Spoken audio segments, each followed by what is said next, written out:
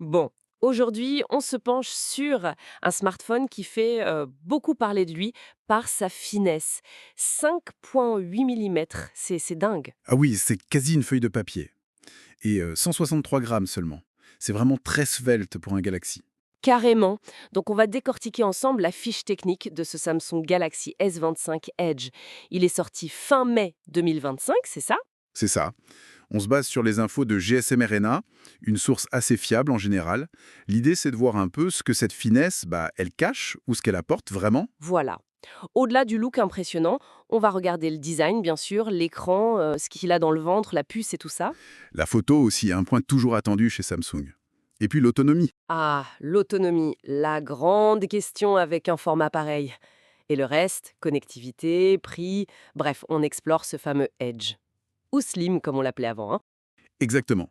Alors, cette finesse, 5,8 mm, elle s'accompagne de matériaux plutôt nobles. On a du verre Gorilla Glass céramique 2 devant, Céramique 2, d'accord. un cadre en titane et du verre Victus 2 derrière. Donc, c'est assez premium. Oui, ça sonne très haut de gamme, titane, céramique. Et ça reste solide. Apparemment, oui, il est certifié IP68, donc résistant à l'eau, à la poussière. Ils n'ont pas voulu sacrifier la robustesse juste pour la finesse, quoi. Bon point, ça. Et l'écran, il est à la hauteur de ce positionnement? Tout à fait. On parle d'une dalle de 6,7 pouces, LTPO AMOLED 2X. Le LTPO, c'est important pour l'autonomie, ça fait varier le rafraîchissement jusqu'à 120 Hz. Adaptatif, ouais. Voilà. Très haute résolution, 1440 par 3120 pixels, ça fait une belle densité, environ 513 ppi. HDR10+, bref, c'est lumineux, c'est détaillé, c'est fluide. Et avec un bon ratio écran-corps, j'imagine? Oui, environ 92%, donc les bordures sont fines. L'immersion doit être bonne. Et il est protégé par ce même verre céramique 2. D'accord. Un bel écran donc. Mais qu'est-ce qui anime tout ça? La puce, c'est la nouvelle Snapdragon? Oui, c'est ça. Le Qualcomm Snapdragon 8 Elite, gravé en 3 nanomètres. 3 nanomètres. Ça veut dire plus performant et moins énergivore en théorie? C'est l'idée, oui. Plus d'efficacité énergétique.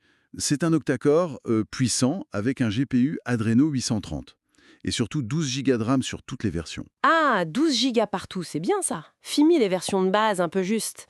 Avec 256 ou 512 gigas de stockage, mais pas d'extension SD, j'imagine. Non, pas d'emplacement micro SD. C'est l'habitude maintenant sur le haut de gamme.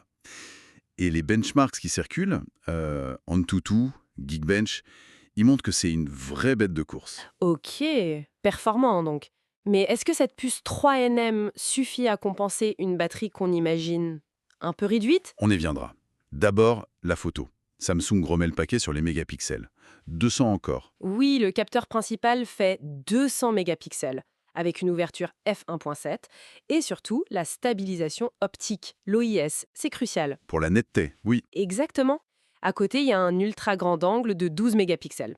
Bon, les 200 MP, c'est souvent pour faire du pixel binning, combiner les pixels pour améliorer les photos, surtout en basse lumière, et avoir un zoom numérique plus propre. C'est un argument marketing fort aussi, bien sûr. Et en vidéo, toujours la 8K. Oui, 8K à 30 images par seconde et de la 4K qui monte jusqu'à 120 images par seconde pour de beaux ralentis.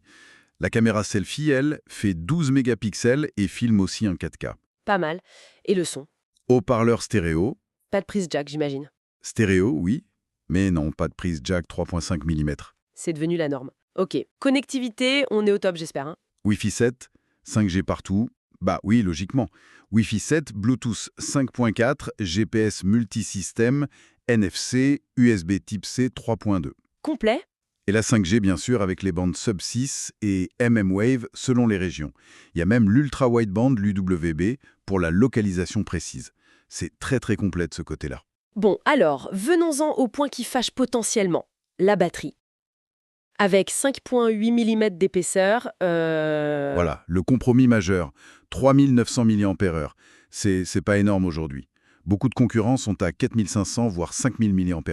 Ah oui, 3900. Ah, ça peut paraître un peu juste.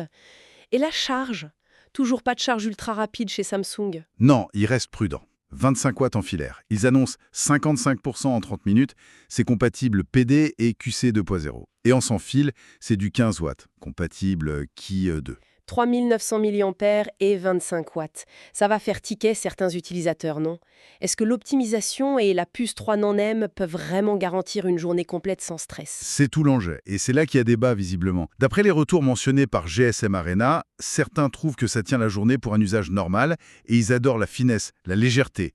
Pour eux, ça vaut le coup. Pour le design avant tout, quoi. Exactement. Mais d'autres, c'est clair, auraient préféré un téléphone un poil plus épais, avec une batterie de, disons, 4500 mAh. Ce S25 Edge, il vise clairement une clientèle pour qui le design et la finesse sont là, priorité absolue. Une sorte de pari sur le design. Pour finir, rapidement, la sortie, le prix. Annoncé mi-mai 2025, sorti à la fin du mois. Niveau prix, faut compter autour de 1050 euros ou dollars pour la version 256 Go. D'accord. Et il existe en 3 couleurs titane. Icy Blue, un bleu glacial, Silver, argenté et Jet Black, noir de jet. Donc si on résume, un design vraiment exceptionnel, hyper fin, hyper léger, avec des matériaux nobles, un écran superbe, des performances au top avec ce Snapdragon 8 Elite et un gros capteur photo de 200 MP. C'est exactement ça. Le nom Edge, finalement il lui va bien, un appareil tranchant par son design, quitte à faire un compromis assez net sur la capacité de la batterie par rapport à d'autres teneurs du marché, ou même un potentiel S25 Ultra s'il sort. Ça laisse songeur quand même.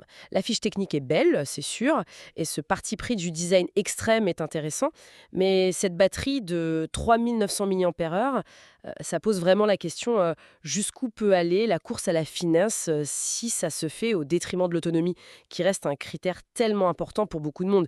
Où est le juste équilibre en fait entre la beauté de l'objet et son endurance au quotidien? C'est une vraie question à méditer.